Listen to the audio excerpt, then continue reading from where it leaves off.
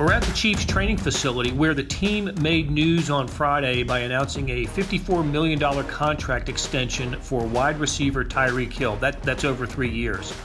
Star columnist Vahe Gregorian and I break down what this means for Hill and the Chiefs. It's also a college football Friday.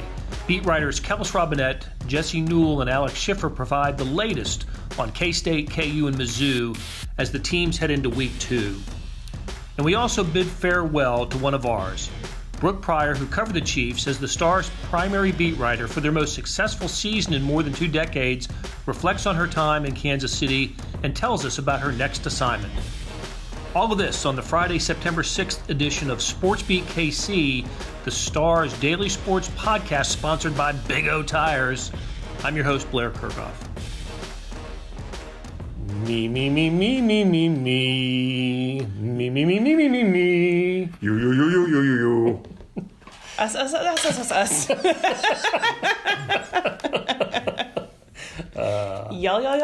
Y'all.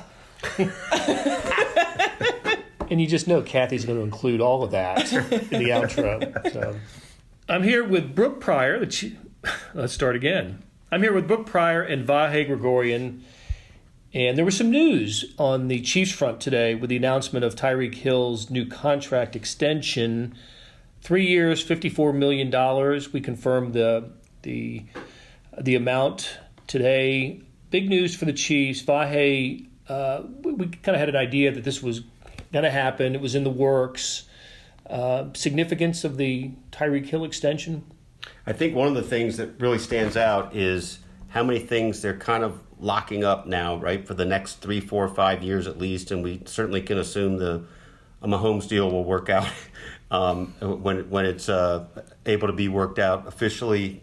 So I think it sends that message, right, that the core of what we see here that is so promising and so exciting, a core that includes probably the fastest player in the NFL, and I would argue among the top 5 most exciting players in the NFL. Now they've got at least 2 of those, and depending on where you see Travis Kelce, et cetera. So I think it's really a good message to Chiefs fans. I think the contract also, as I understand it, I haven't really had a chance to study it too much yet, or maybe we don't know all the ins and outs, but it's a different kind of contract than we might have expected before March. I think that's fair to say, right? Well, there was a lot of speculation, and to base reporting on what was speculated in terms of length and dollars, I'm not sure is fair, but the idea was Tyreek Hill was going to be among the top paid wide receivers in the league with his next contract, if not the highest paid. This makes him among the highest paid. I think a lot of people were thinking 4 years for him. This is a 3-year deal. Yeah. So maybe there was... maybe that's the main thing I mean. When it just length of contract is a little different than what seemed to be in play earlier. And there was some language, in fact, we don't know about the contract, but in the quote from Brett Veach, about I don't know, it's not a moral clause, maybe it is. That's not what he said, but he did address the off-season issues with Tyreek, and that was part of the quote from Brett Veach in the statement. So that was if that had an impact on the amount or the length. I guess only Brett Veach and Drew Rosenhaus know for sure. Right. And we didn't get to talk to Tyreek Hill today because we were told that Tyreek will talk about his contract after Sunday's game against the Jacksonville Jaguars, which will be attended by you, Vahe, Sam Mellinger, Sam McDowell, and me, but not Brooke Pryor, sadly. Brooke, this is, I believe, your last... Well, I don't believe, I know. There's no believing. I pushed it until the last possible day. Yeah. Literally. This is your last day at the Chiefs training complex as a Chiefs beat writer. And tell people where you're headed. I'm headed to... that took me a second. I was like, where am I going? Well, tomorrow I'm going to Boston. Sunday I'm going to Foxborough. And Monday, I'm going to Pittsburgh to cover the Steelers for ESPN. Fantastic. Kind of crazy. You know who said it best, though? So I've been lucky enough to be saying goodbye to some players who've really helped me out and been great to talk to over the last year. And on my way out of the locker room, I caught Sammy Watkins. He was the first guy I did a big story on last year when we talked about him being a reptilian solar being. And I said, Sammy, this is my last day here. And he said, what? Where are you going? And I said, well, I'm going to Pittsburgh to cover the Steelers for ESPN. And he said, why? I said, well, it's Steelers or ESPN is my version of the big leagues. That's my NFL. And he was like, oh, okay. And he said, that makes sense. And he was like, I'll see. He was like, but I'll see you. He was like, I'll see you again and again and again and again. So he knows, like all of you know, and like we know, that the Chiefs play the Steelers usually once a year in the regular season. This year they got that meeting out of the way in the preseason. But I also took a look through Sports Illustrated's predictions yesterday, and they have the Chiefs and the Steelers meeting either in the AFC Championship game, almost maybe a wild card meeting. I don't remember the exact formula, but I think over half of them had the Chiefs and the Steelers meeting at some point in the postseason. So it could happen for sure. I mean, I think Chiefs are a prohibitive favorite to win the division, and the Steelers somewhat of a favorite to win the North, the AFC North, and they absolutely could be on a collision course for the playoffs. And we always wonder why the Chiefs and the Patriots and the Chiefs and the Steelers play each other every regular season. You know, it's part of the scheduling formula, but that formula also includes if you finish in the same place in your division, you could play each other the following year. Yep. So as long as the Chiefs and Steelers keep winning the division, they'll continue to play each other. You covered the Chiefs for 1 year, and it was quite a season. Quite a season covering the Chiefs. You saw a 12-4 record, a third straight AFC West division title, and you covered the team that went farther than any Chiefs team in the playoffs since 1993. 2 years after I was born, by the way. I just want to throw that out there. Well, and this after covering the Oklahoma Sooners for a couple years, where you saw a Heisman, Rose Bowl loss, but still made it to the Rose Bowl in the college football playoff, and a Sugar Bowl win. And Bob Stoops retired. Andy Reid didn't retire here, so I'm glad that I didn't bring that energy to Kansas City. But no, I fully expect now that I've left that the Chiefs will be in the Super Bowl. The same thing happened when I left the UNC basketball beat in 2016 to go to OU. UNC was in the national championship and won in 2017. Right. They got Villanova in 16. I was there for that. Yeah, no, I can't help your team win a championship if I'm on the beat, but as soon as I leave, they'll definitely win. So look forward to that. You're welcome, everyone. What are you going to remember most about the year in KC? Blair, plus. I'm doing a really good job of not audibly crying, and then you ask a question like that. But the tears are streaming. I can see. Streaming audio. We have streaming audio here. You and Vahe both crying. This is just cruel. In your year I'll help you. In your year in Kansas City, you got married. You took in Hootie, the cute puppy. Like I said, you covered a terrific football team. You made a lot of good friends, and I know we went out last night and shared some memories in a sort of a going away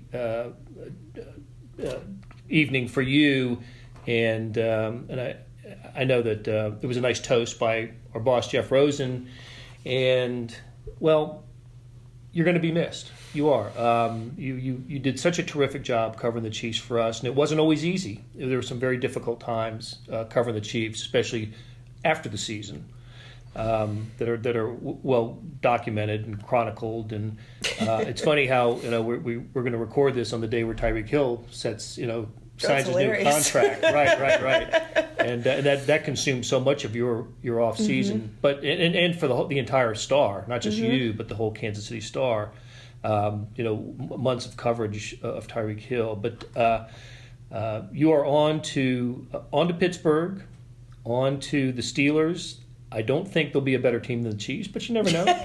You never know. I told you the Chiefs are winning the Super Bowl, so and maybe, I can say that now that I'm not, And I think you're trying to angle if the Chiefs are in the Super Bowl, I think you're trying to angle a deal that you'll be able to cover it. That's my goal.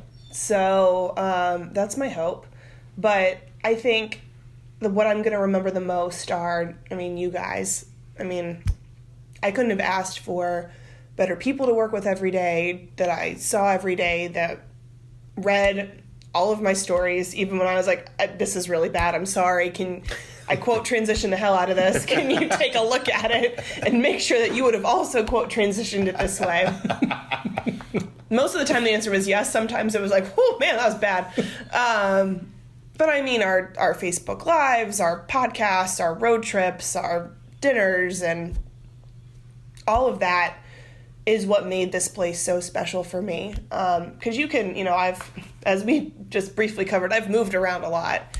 And, when you interview for a job, it's important that you meet, the people in the office and everything, but you don't really get a feel for what it's going to be like on a day-to-day basis until you're with those people at the facility or on the road.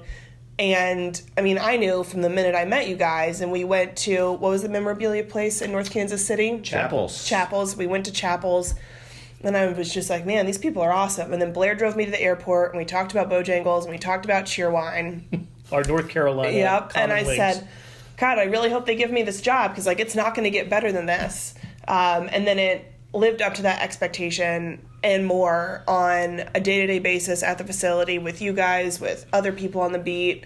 Even the Chiefs are letting us use their conference room right now, but they were great to work with. There were just so many good people that I was lucky enough to cross paths with, and that's what makes it so hard to leave. So the Steelers have, they're a storied franchise. ESPN is a storied organization, but both of them have incredibly high bars to clear, given what I've been lucky enough to experience here in the last year and some change. Well, look, you'll be part of our DNA. Hopefully, we'll be part of yours, and your wit and wisdom and lively ways are going to be sorely missed. And your habit of being able to flip something on me the minute I say it and make me feel pinned.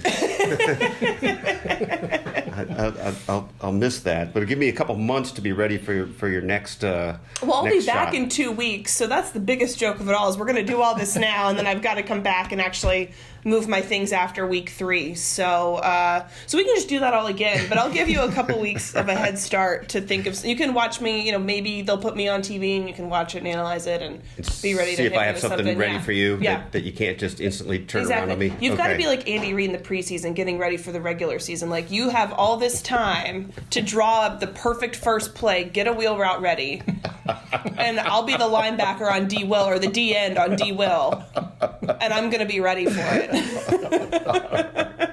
Oh man! All right, Brooke, you give Mike Tomlin and Ben Roethlisberger our best, Absolutely. and we'll see you again soon. See you guys. Jesse Newell covers KU for the Kansas City Star as the beat writer, along with Gary Bedore.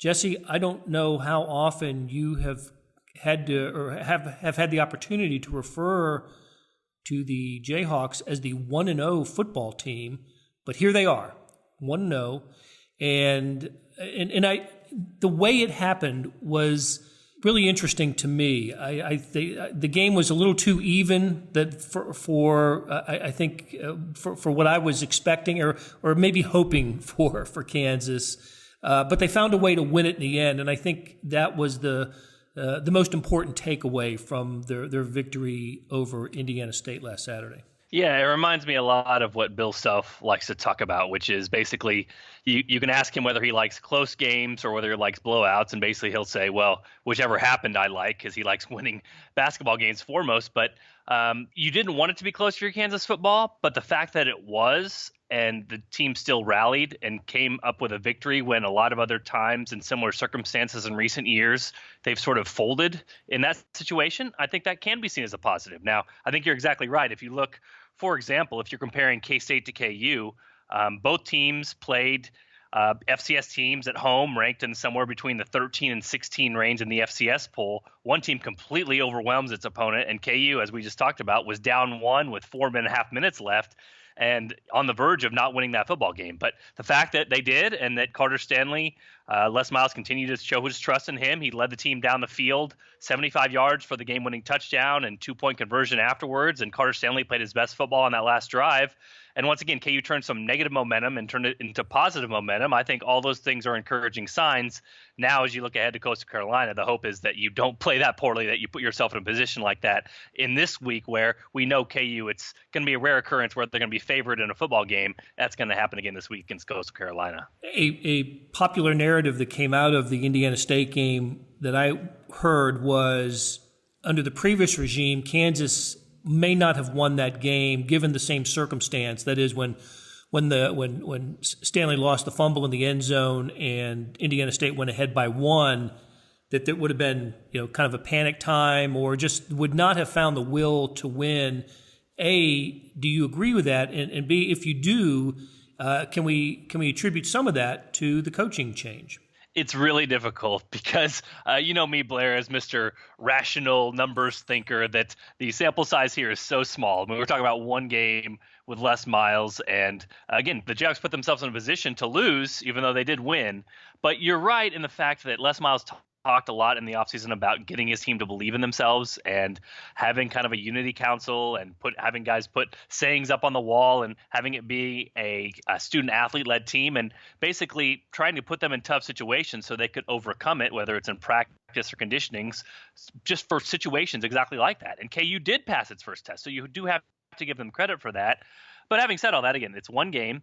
And for Kansas, if you look back to last year, I mean, I know it wasn't maybe the success a lot of fans wanted, but that team still won 3 games after losing the opener to an FCS school and still beat a team like TCU at home, which hasn't happened in many recent years. So the narrative might be a little bit overblown. I heard some of that as well. But again, we'll see over time. If Kansas can win close games in football, that would be a marked change from what's happened here over the course of the last decade when one thing goes wrong, it seems like everything snowballs from there. For one game, that didn't happen for Kansas, but once again, it was against an FCS opponent they were supposed to beat anyway. So I guess as we get more of a sample, we'll be able to tell more exactly what is going to happen under the Les Miles regime. I thought there was a lot of kind of nothing about the game. Hassan Defense had the 60-yard or whatever it was interception return to get the scoring started, which was a huge play by the defense and got things going in the right direction. But on that game-winning drive, I thought the 2 wide receivers who had good days had a terrific drive there. Andrew Parchment and Dylan Charlotte with the touchdown reception. I mean, those guys were just able to beat the cornerbacks, the defense on throughout the day, but especially on that last drive. Those are a couple of guys that we're just not used to seeing in a KU uniform. Can we expect continued big things from those 2 receivers in particular? I just thought both of them had terrific games. They both did. And I feel like I'm the one that maybe would be most skeptical about something like that happening, but I am encouraged. And I think part of the reason is I kind of joke with people, like every week I go back to Emmett Jones's contract with Kansas, the receivers coach they got from Texas Tech last year, and keep checking to make sure to see maybe if they're going to have to get him a raise here soon, because he's the guy that has brought in all the recruiting guys, the 4-star talent that the Jayhawks have gotten in the 2019 recruiting class with Stephen Parker, and then the 2021 where we've talked about Brennan Scott. He's just been an absolute ace recruiter for the Jayhawks. And now, man, it sure seems like he can coach as well, because he takes over the receiving corps. And you start with Dalen Charlotte, who comes from Alabama. He had high expectations the last 2 years, but had some injuries for a while. He was moved to safety. I mean, this was a guy that really didn't produce much under the previous regime. Again, maybe injuries or some of that, but he looked amazing in that game. Really good with the jump balls and coming down with very tough catches. And then Andrew Parchment looked like a number 1 receiver out there in his first game coming from junior college. And he has some speed and some shiftiness. That last drive we talked about, he converted a 3rd and 7 where he had to make a guy miss. He made an inside move and was able to do it and went over 100 yards for his first Kansas game. So, yeah, I think Kansas has to be encouraged about this receiving corps and something to watch moving forward. I know Les Miles wants to play physical, smash mouth football. He wants to play his tight ends. He wants to play his fullbacks. But Dalen Charlotte didn't have a bunch of snaps in that game. I mean, they played a lot of, 2 tight end, 2 running back sets, which only leaves you 1 receiver out on the field. So if Les Miles truly wants to play to his team's strengths, I think they got to get at least 2 receivers on the field more than they did in that first game. And if that's the case, then perhaps you'll see even more plays coming from that outside receiving corps, where I thought they had a tremendous first game, and definitely that unit was the MVP of game number one. Yeah, and with that, that apparent strength, at least from one game sample size, I was surprised to see the total yards. Wasn't KU under 300 total yards for the game? I think so. Yeah, I have to look up the exact number, but it was not impressive. I know they were at like 5.7 yards per play, which again, for an FBS team going in against an FCS team at home, that's not the number you want. And as I spoke about earlier, I mean, if you look at like Kansas State against Nichols, that number was much, much higher. Right. So that's, I think if you're a Kansas fan, enjoy the victory and feel good about it, but that's not something to feel great about. Is just the lack of offensive production overall in that game. What did they get? Just two? I can't remember the final score now. That's how bad. That's how long ago it seemed. But was it 2 touchdowns from the offense or? Yeah, they scored 24 points. One of the touchdowns was the pick six you mentioned from Hassan Defense. And then just to go over the numbers, 63 plays, 344 yards, so 5.5 yards per play was KU's total. And then I know the rushing attempts sometimes in college, they get skewed a little bit with the sacks that happen. But overall, KU 34 rushes for 103 yards. And like I said, KU took some sacks in that game, but they also did give away 7 points on a sack fumble. So you have to give some of the defense a little more credit too, because the defense didn't actually give up 17, they gave up 10. So all in all that, along with the 3 fumbles for Carter Stanley, this was not a productive offensive game. Right. Okay, so let's look ahead to Coastal Carolina.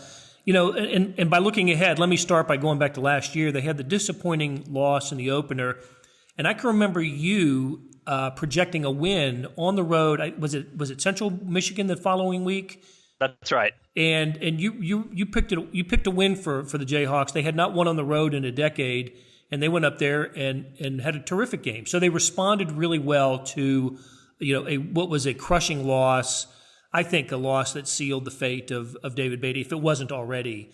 But they went up and won game 2, and now they're coming off a win in game 1, a game in which I think there's plenty of work to do, and Les Miles can kind of keep the hammer down this week in practice. So what's the expectation for this week against Coastal Carolina? I see that Kansas is a little bit more of a little bit bigger favorite against the Chanticleers than they were against the Sycamores. Yeah, it's sort of interesting.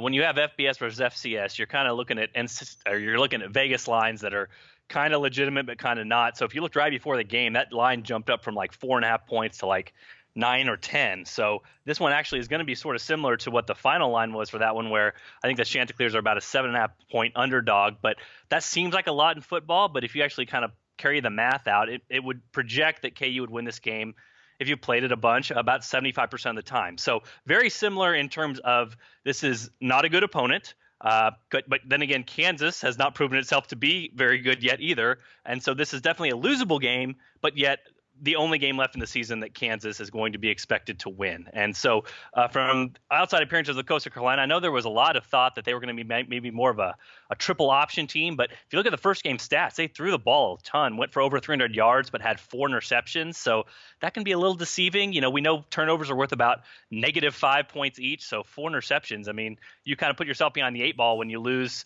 by 7 points and you have 4 turnovers in a game like that. So a team that seems to me like from outside indications has a lot more speed and a lot more talent than Indiana State does, and maybe more athletic than Indiana State, but less disciplined. And kind of speaking to that, you saw we talked about the turnovers and then 9 penalties in the first game for Coastal Carolina.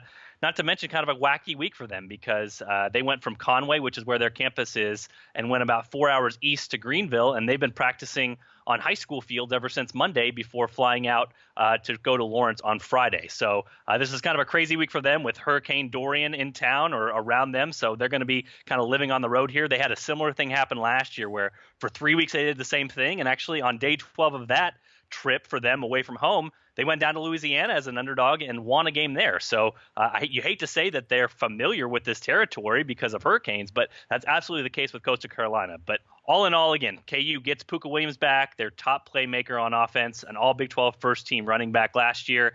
He should be able to maybe make a couple more plays KU couldn't make in the opener against a team like Indiana State. And so you have that along with, again, the fact that Kansas is at home and is considered just slightly better than Coastal Carolina. It's a game that fans are expecting KU to win, But then again, shouldn't be a shock if the Jayhawks lose. So we'll see how it turns out here, and we'll see how close this one gets for Les Miles and company as they try to go to 2-0 for the first time, Blair, since 2011. Wow, 2011. That is that's a long time between drinks of water for the Jayhawks. So, all right, Jesse, great stuff. We will talk to you again next week. Sounds good, Blair. The biggest tire sale of the year could only happen at Big O Tires, but you've only got 2 weeks to get 2 free tires. That's right, 2 free tires when you buy 2 now at Big O Tires through September 9th. Just buy 2 select tires and you'll receive 2 free with the purchase of a 1-year alignment and tire protection package. That's half off your tires at Big O Tires. It's the biggest tire sale of the year through September 9th only. Buy 2 tires, get 2 free. Now at Big O Tires. Big on service, guaranteed low prices. For the location nearest you, go to bigotires.com. Hey, it's Blair. Hey, we have a special subscription offer for SportsBeat KC listeners, unlimited digital access to the Kansas City Star's award-winning sports coverage. Sign up now for 1 year of Sports Pass for access to all the sports news, features, and columns we have to offer. And it's only $30. That's a 40% savings off our regular rate. For your convenience, your subscription will automatically renew after the initial term at $50 unless you tell us to cancel. A lot of subscription services won't tell you that. They'll just sneak it on there. We just told you. Your subscription helps support the sports coverage of kansascity.com and the Kansas City Star. Please visit kansascity.com/sportsbeatkc offer to get this special offer. And as always, thanks for listening.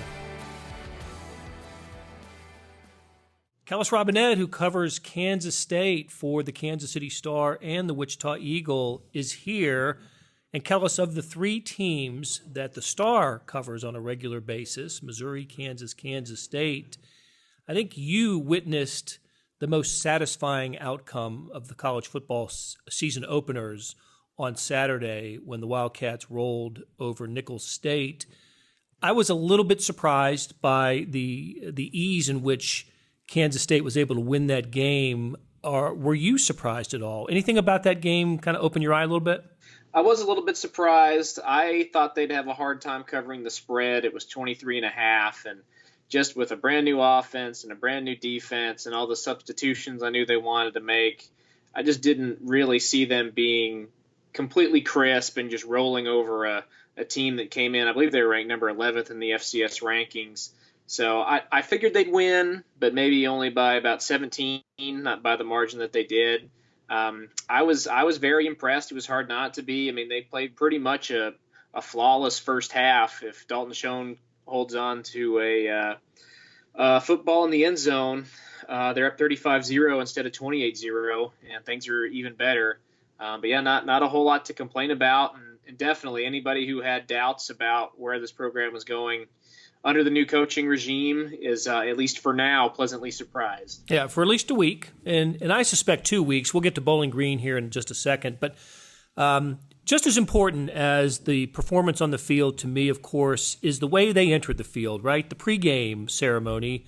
I'm kidding, of course, but at least it was worth observing how Chris Kleiman, the new regime was going to change things up from the Bill Snyder era, and that started really in the pregame festivities, did it not? The way the Wildcats took the field, warmed up, et cetera. Tell us about that. Yeah, it was a different vibe, and you could feel it from about an hour before kickoff in the music they were playing. Most of the classics we'd heard over the years under Bill Snyder were gone. We heard some Kanye, we heard some Drake. Pretty much every popular rap artist made an appearance on the pregame playlist. And, players were loving it. They were getting after it in warm-ups. And it wasn't a drastic change. It wasn't quite as drastic as maybe I thought it would be, going from Snyder to Kleiman. But, yeah, everyone wanted to see the new intro videos, and it was different. I'd say I was honestly just a little underwhelmed because there was, I don't know, you kind of build it up in your head that they're going to do this amazing stuff, but at the end of the day, it's still just an intro video. But there were fireworks when they came out. Jordy Nelson was there, escorting them out. A good start both for pregame and the game. Right.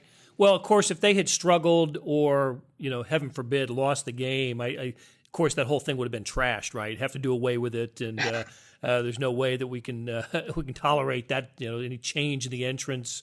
But they didn't. They played extremely well and got by, a team that as you said, I didn't expect them to beat as badly as it did. One of the things that I thought was worth mentioning and keeping an eye on going forward is the John Holcomb appearance and what that might mean to Kansas State. When I saw what he did and what I envision him doing, it reminds me of Blake Bell, the Blake Bell era at Oklahoma, the Belldozer, where he brought in when not the era, but before Blake Bell was a starting quarterback, he'd come off the bench and be the short yardage guy at the goal line for the Sooners.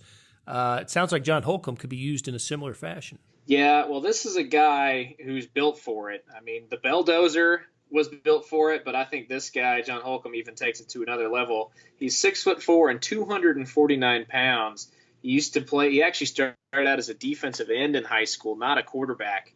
Got a lot of athleticism, so that just kind of goes to show he is built for that kind of thing.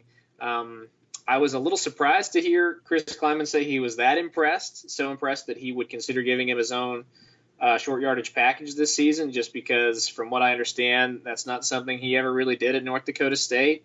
And as good as Skylar Thompson played in week 1, I don't know that you really want to be looking into ways to take him off the field. But it's tantalizing to think about. I mean, the coaches have gone with wildcat formations with big quarterbacks for years, and it always seems to work. So that's definitely a new wrinkle that I think people will be excited to see whenever it does come out. Yeah, something to keep an eye on for sure. Might see it as early as Saturday. Bowling Green is the opponent, and this is a program that actually had a coaching change during the season in 2018. So Scott Loeffler, I hope I'm pronouncing that right, is the coach now. He's known as something of a quarterback coach. He's worked with Tom Brady and Tim Tebow in his career.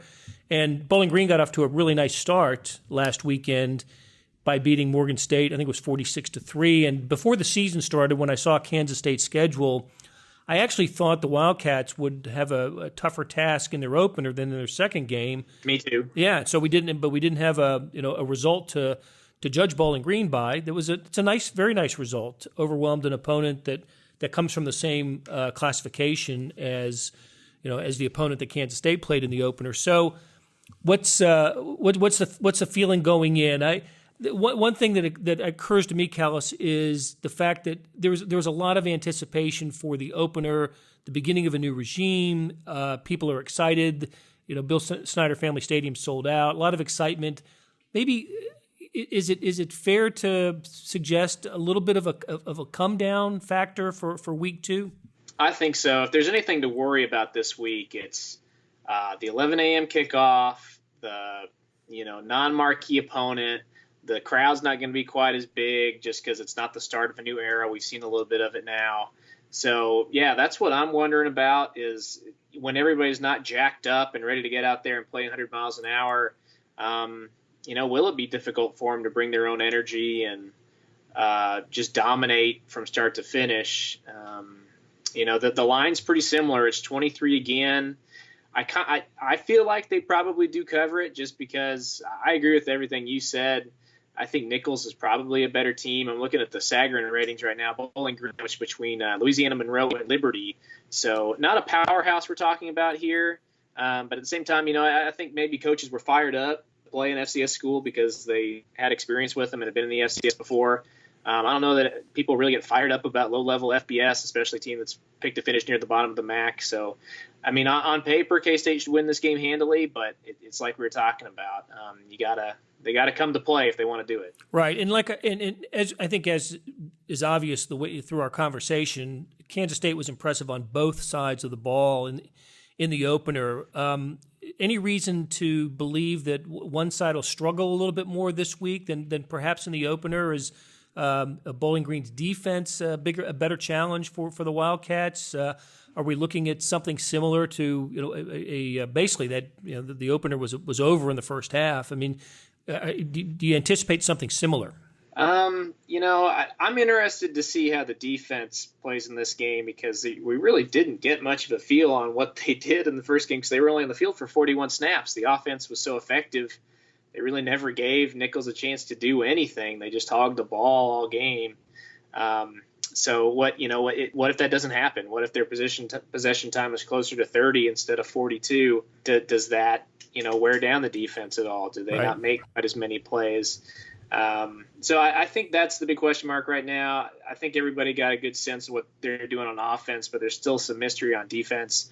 I'm not an expert on Bowling Green's roster, but just looking at their week 1 stats, it looks like they got a pretty good grad transfer who came in, and they can do some things. So I'm not expecting a shutout or anything like that. Well, and the schedule picks up significantly after this week for Kansas State. Mississippi State and Oklahoma State on the road are the next 2 opponents for the Wildcats. All right, Kellis, thanks for spending some time with us, and we're going to take this conversation over to Columbia, Missouri, and talk to Alex Schiffer, who covers the Tigers for the Kansas City Star. The Tigers play West Virginia in the home opener on Saturday. But let's before we talk about the Mountaineers, let's take one last look back at the Wyoming loss and how this affects the perception of Barry Odom. I think he needed a win. Any kind of win, I think, would have been satisfactory for Mizzou fans. Just get the win.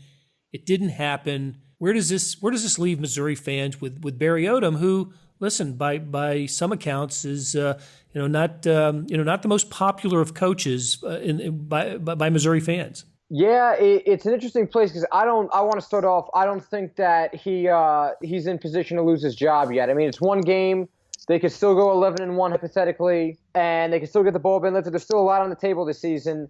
I think what the problem is that it's been a lot of the same mistakes. You said how Andy Reid is, I believe your stat was 17-3 coming off bye weeks. Right. Barry Odom has shown that if you get the more time you give him to prepare for a game, the worse off his team is. I think if Missouri were to move the West Virginia game up to tomorrow, they'd be in great shape just based on how this has gone. And the other thing I think is just that there's so much riding on this West Virginia game with the South End Zone and Kelly Bryant's home debut. They had about as good of an offseason as a program like Missouri can have. You're never going to be the top team on National Signing Day. You're never going to have the most NFL draft picks. But given the program's history and standards, they had a pretty good run. I mean, they got the top free agent in college football with Kelly Bryant. There was plenty of people at Pro Day and cameras rolling through campus all through the spring for Drew Lock stuff with the NFL draft. And they had all this momentum going into the new South End Zone. It should be a sellout or close to it. And this is the year attendance comes back. And then it just dropped like a bag of dirt. Yeah. And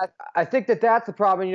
An interesting thing that I thought, and it's way too early for a hot board or anything, but there was a lot. Alex Grinch, Gary Pinkel's nephew, has been in the news a lot lately. There was a great story written about his mom, Gary Pinkel's sister, about how she has no use of her legs, and yet she still had this great life. And he looked great as Oklahoma's defensive coordinator. And he's also a relative and member of the past regime, which had a great history. I already had some emails and everything of saying, Mizzou should start looking into him. I think that's ridiculous just because if I were Mizzou, if Barry Odom were to hypothetically not work out, why would you hire a Power 5 defensive coordinator as his replacement? That's what you guys did the last time, and it didn't work out. I think it would have to be someone with coaching experience or something like that. But I think that the undoing of all the momentum so quickly, the history repeating itself, and then just a little bit of bad luck of the day after Barry Odom suffers one of his worst losses, his good friend and former colleague has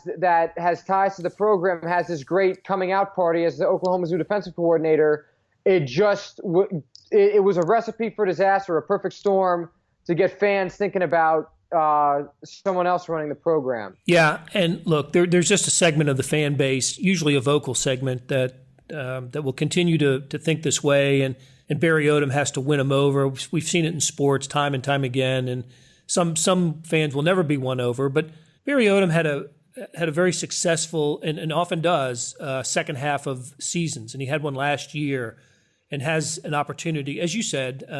11-1's a little pie in the sky, but can still, produce a good season. And this West Virginia game is the start of 5 straight at home. I know that we talked about how, Missouri being undefeated going into Georgia, the potential for that, and maybe a couple of top 10 teams meeting each other, but that's now off the table. I noticed that you took Missouri out of your top 25. You have a vote in the Associated Press poll, and Missouri will not be in the AP top 25. So it's deserved. Missouri's got to kind of earn their way back and win their way back in. I'm not saying it's not possible, but it begins on Saturday with the visit from West Virginia, a Big 12 team that won its opener over James Madison, an opponent that I think some people would just sort of dismiss because it's an FCS team.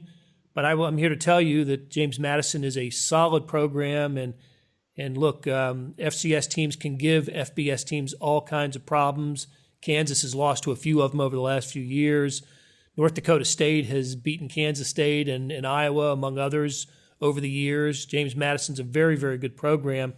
I think West Virginia, people inside that program are probably breathing a sigh of relief that they got through that game with a victory. And now they're going to face what I would believe would be a very motivated Mizzou team. So what are the Tigers getting themselves into on Saturday? Yeah, as we were talking earlier, my mom's an alum of James Madison. I follow the program really well. It's tough to assess West Virginia because of that with their game against them, because they had 34 rushing yards on 24 carries against JMU. It's tough to really, week one, you already kind of have limited play to work with, but I guess the way I'd put it is maybe stuff that you wouldn't raise a flag over or, mark in red for a usual bye game or non-conference game. I think you might circle a little more with a team like JMU or North Dakota State because they are a closer comparison of what you might face later on in the season. And I kind of wonder just, if Missouri's run defense, which was awful and allowed 300 yards to Wyoming on Saturday, if they look good this weekend, well, I think the jury's still out going in, even with SEMO the following week. The jury's still out for a while because it's like, well, is West Virginia have a running problem, or is all mistakes fixed by Mizzou? You know what I mean? It's right. And that's what makes some of this tough. Austin Kendall, the Oklahoma graduate or the Oklahoma transfer, I'm sure they've had a lot of transfer QBs with the way it's gone the past few years. He looked good in the highlights I watched. 260 yards, 2 touchdowns. His completion percentage was over 60, it looked like. And Barry Odom even said, it's tough to really assess his film because, again, it was 1 week. They probably kept a part of the playbook off limits because of this week's game. Also, he didn't play much at Oklahoma because they had Baker Mayfield and now Jalen Hurts and Kyler Murray. So there's not really much of a book on this guy, but he was a good top recruit out of high school. So it's tough to kind of tell the team they're getting. Other than that, they have a new coach in Neil Brown from Troy and some kinks to work out with the offense he runs. So he's a Mike Leach disciple, so he's got an adaptation of the air raid like a lot of teams do these days. But as you said, I think this is a Missouri team that plays at its best when its back's against the wall. And, I think that there's, even though the Missouri players aren't probably thinking about this, I think there is added incentive with this game given Missouri's had attendance problems recently. It's the debut of the new South End Zone. I think with this being the first of 5 home games, I think a lot of fans, whether it's right or not is a whole nother podcast, but I think a lot of fans will judge their weekend plans for the upcoming 4 or 5 weeks, counting the bye week, based on Saturday's result. Okay, so is this a must-win for Missouri? In a lot of ways, yes, it is. I think for revenue reasons it is. I think for fan interest it is. I think for relevant it is. If they start 0-2, again, I feel very confident that they'll beat SEMO next weekend. I think that SEMO and Wyoming are night and day in terms of the type of non-conference opponents they are. But I mean, you're 1-2 going into your conference opener against South Carolina at home. That you don't want that. I mean, if you're 3-1 or 2-1 going into that South Carolina game, it's a lot better of a situation for fans. And again, I think Missouri's going to get up for the South Carolina and the Kentucky games this year, given how both ended last year with the botch coverage, with a minute left in the South Carolina game after Tucker McKinnon, it's like a 57-yard field goal to give them the lead. And the Kentucky game, again, having another controversial ending. I think that those are games they'll have no problem getting up for. If you're DeMarcus Acey going into Kentucky this year, don't you want to have the best game of your life? Yes, you do. So I think that there's a lot riding on this game because if they can get this one out of the way, I think the domino effect is a lot more favorable for them. All right, Alex, good conversation. We will talk to you again next week after the Tigers take on West Virginia. Links to the stories we discussed can be found in the show notes and on kansascity.com. Thanks to producers Kathy Liu and Leah Becerra for putting together today's show. And if you're listening to us on Apple Podcasts, help us out by rating and reviewing SportsBeat KC. We'd love to hear from you, and your review could help us reach more listeners. This has been SportsBeat KC, the Kansas City Star's daily sports podcast, and we'll be back after the Chiefs opener at Jacksonville on Sunday with a Facebook Live and podcast. Thanks for listening.